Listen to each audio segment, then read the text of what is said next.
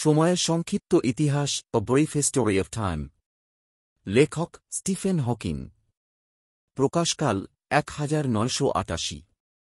বিষয়বস্তু মহাবিশ্বের উৎপত্তি, গঠন, সময় ও স্থান সম্পর্কিত আধুনিক পদার্থবিজ্ঞান ও কসমোলজির মৌলিক ধারণা। ভূমিকা। সময় কি? মহাবিশ্ব কোথা থেকে এলো? মহাবিশ্বের সীমানা আছে কি? ঈশ্বর কি এই মহাবিশ্ব সৃষ্টি করেছেন? এই ধরনের মৌলিক প্রশ্ন মানুষের মনে হাজার বছর ধরে ঘুরপাক খাচ্ছে। স্টিফেন হকিং তার বিখ্যাত বই A Brief History of Time এর শুরুতেই আমাদের এমন কিছু প্রশ্নের মুখোমুখি করেন যেগুলোর উত্তর দিতে গিয়ে বিজ্ঞানের ইতিহাসে অসংখ্য বিপ্লব ঘটেছে। প্রথম অধ্যায় A Picture of the Universe এইসব প্রশ্নের ঐতিহাসিক ব্যাখ্যা দিয়ে শুরু হয়। এই অধ্যায়টি মূলত মানব সভ্যতার জ্ঞানবিজ্ঞানের বিবর্তনকে চিত্রায়িত করে, যেখানে আমরা দেখি কিভাবে মানুষ ধীরে ধীরে আকাশপানে চেয়ে তার চারপাশের জগতকে বোঝার চেষ্টা করেছে এবং সময়ের সঙ্গে সঙ্গে তার ধ্যানধারণার কী পরিবর্তন ঘটেছে। প্রাচীন ধারণা ও গ্রিক দর্শন। স্টিফেন হকিং প্রথমেই আমাদের নিয়ে যান প্রাচীন গ্রিসে। সে সময় মানুষ বিশ্বাস করত পৃথিবী মহাবিশ্বের কেন্দ্র এবং সমস্ত গ্রহ-নক্ষত্র পৃথিবীর চারপাশে ঘোরে। এই ধারণার জন্ম দেয় অ্যারিস্টটল ও পরবর্তীতে টলেমি। টলেমিক মডেল ছিল অত্যন্ত প্রভাবশালী এবং প্রায় 1400 বছর পর্যন্ত এই ধারণায় বিজ্ঞানীদের বিশ্বাস ছিল। এই মডেল অনুসারে পৃথিবী স্থির এবং এক জায়গায় অবস্থান করছে, আর সূর্য, চাঁদ ও অন্যান্য গ্রহ পৃথিবীর চারপাশে গোলাকারে ঘুরছে। এর ব্যাখ্যা এতটাই জটিল ছিল যে এতে অ্যাপেসিকলস উপবৃত্তাকার গতিপথ নামক ধারণা সংযোজন করা হয় যেন গ্রহদের জটিল গতিপথ বোঝানো যায়। কপারনিকাসের বিপ্লব। 1543 সালে নিকোলাস কপারনিকাস সম্পূর্ণ বিপরীত একটি ধারণা প্রকাশ করেন, সূর্য মহাবিশ্বের কেন্দ্রবিন্দু এবং পৃথিবীসহ অন্যান্য গ্রহ সূর্যের চারপাশে আবর্তিত হয়। এটি ছিল এক বৈপ্লবিক পরিবর্তন, যা পরবর্তীতে কোপার্নিকান বিপ্লব নামে পরিচিত। কপারনিকাসের ধারণা প্রাথমিকভাবে সমাজে গ্রহণযোগ্যতা পায়নি, কারণ এটি বাইবেল ও তৎকালীন ধর্মীয় মতবাদের বিরুদ্ধে ছিল।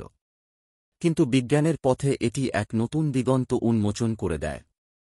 গ্যালিলিও ও কেপলার। গ্যালিলিও গ্যালিলি টেলিস্কোপ আবিষ্কার করে আকাশের গতিবিধি পর্যবেক্ষণ করেন এবং কপারনিকাসের মডেলকে প্রমাণ করতে সাহায্য করেন।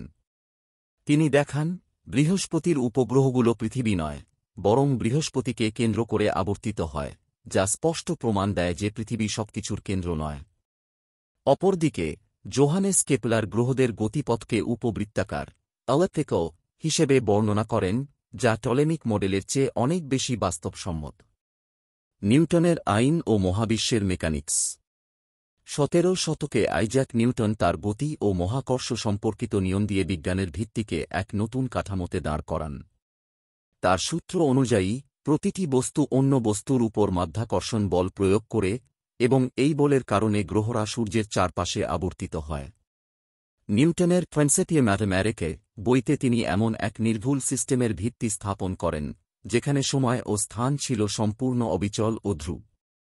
এটি বিজ্ঞানের জন্য ছিল এক বিশাল অগ্রগতি এবং প্রায় 2 শতাব্দী এই ধারণা বিজ্ঞানের ভিত্তি হিসেবে প্রতিষ্ঠিত ছিল। আপেক্ষিকতা ও আইনস্টাইনের বিপ্লব। 19 শতকের শেষ দিকে ও 20 শতকের শুরুতে নিউটনের নিয়মগুলো কিছু ক্ষেত্রে ব্যর্থ হতে থাকে। বিশেষ করে যখন আলো ও অতিবেগুনি গতিতে চলা কণার কথা আসে, তখন নিউটনের সূত্র অপ্রয়োজনীয় হয়ে পড়ে। এ সময় আলবার্ট আইনস্টাইন এগিয়ে আসেন এবং তার বিশেষ আপেক্ষিকতা তত্ত্ব 1905 এবং সাধারণ আপেক্ষিকতা তত্ত্ব 1915 দিয়ে সময় ও স্থান সম্পর্কে আমাদের ধারণার আমূল পরিবর্তন করেন। আইনস্টাইন বলেন, স্থান ও সময় একে অপরের সঙ্গে সম্পর্কযুক্ত এবং একে বলে স্পেসটাইম। মহাকর্ষ আসলে কোনো বল নয়, বরং এই স্পেসটাইমের বক্রতার ফলাফল।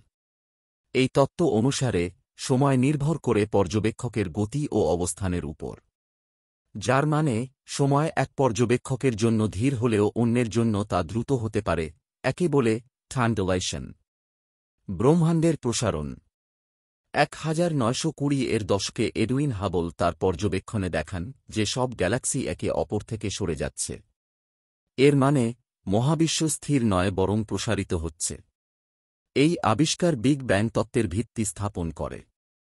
এরপর থেকে বিজ্ঞানীরা বিশ্বাস করতে শুরু করেন যে একসময় মহাবিশ্ব ছিল একটি অতি ঘন ও গরম বিন্দুতে সংকুচিত। এখান থেকেই বিস্ফোরণের মাধ্যমে সবকিছু সৃষ্টি হয়েছে। মহাবিশ্বের শুরু ও শেষ।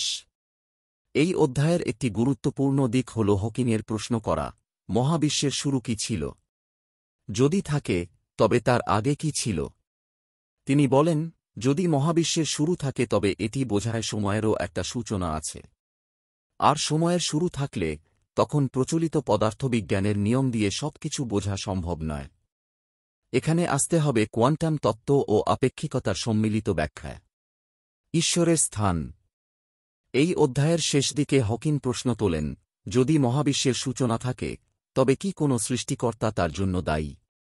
তিনি বলেন, বিজ্ঞানের মূল লক্ষ্য হল এমন এক মডেল খুঁজে বের করা, যা দিয়ে সমস্ত ঘটনা ব্যাখ্যা করা যায়, যার জন্য কোনো অতিপ্রাকৃত শক্তির প্রয়োজন হবে না। দর্শন ও বিজ্ঞানের সংযোগ। হকিংয়ের মতে একসময় দর্শনই ছিল সব প্রশ্নের উত্তরের কেন্দ্র, কিন্তু আধুনিক বিজ্ঞান সেই জায়গাটি দখল করে নিয়েছে। তবে দর্শন এবং বিজ্ঞান একসঙ্গে চললে মানব সভ্যতা আরও সমৃদ্ধ হতে পারে। স্টিফেন হকিংয়ের a brief history of time এর প্রথম অধ্যায়, our picture of the universe, হল এক অসাধারণ সফরের শুরু, যেখানে বিজ্ঞান, ইতিহাস, দর্শন এবং কল্পনার মিশেলে মানব সভ্যতার জ্ঞানচর্চার বিবর্তন দেখানো হয়েছে।